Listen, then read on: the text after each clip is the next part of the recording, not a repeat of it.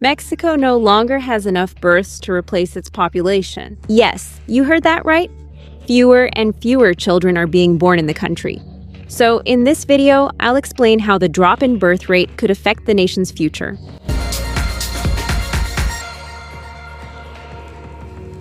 Mexico is registering fewer and fewer births. And according to official data, women have an average of 1.6 children, a number lower than the 2 children needed to maintain replacement level. And what does this mean? In short, the new generations are no longer enough to replace the current population. As the years go by, the base of the population pyramid will continue to shrink while the number of older adults increases. And as a result, there will be fewer young people of working age to economically support the country. The consequences of this demographic transformation are already beginning to show in different sectors.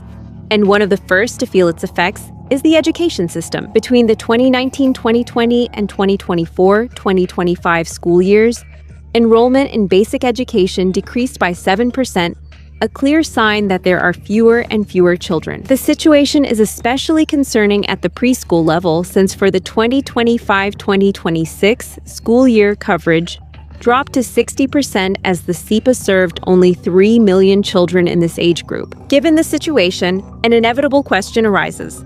What is causing the decline in birth rates? According to research from UNAM, more and more young people are choosing to postpone or even forego motherhood and fatherhood due to a combination of factors.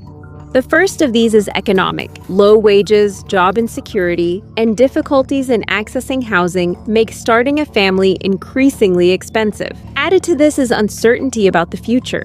Many people feel that they don't have the stability needed to take on the responsibility of having children. In addition, there is also concern about the kind of world future generations would face. Insecurity, the environmental crisis, political conflicts, and doubts about access to public services lead many couples to reconsider the possibility of becoming parents. Meanwhile, the population is aging rapidly. The aging index in Mexico went from 20 in the year 2000 to almost 50 in 2025, which reflects that the proportion of older people is growing more and more compared to the young population. Currently, the country has almost 18 million inhabitants aged 60 or older, a reality that forces a rethinking of public policies related to pensions, medical care, long-term care, and social protection. This demographic change also represents a growing challenge for public finances. As the population of older adults increases, so does the demand for specialized medical services and treatments for chronic diseases. Just the IMSS and the ISSSTE allocate around 100 billion pesos a year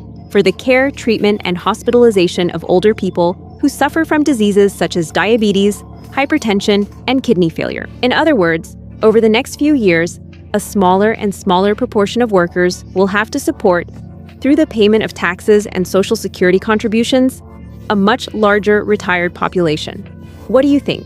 Do you think Mexico should promote policies to boost the birth rate, or on the contrary, prepare for a society with fewer young people and more older adults? Share your thoughts in the comments, and if you enjoyed this video, please like, subscribe, and enable notifications.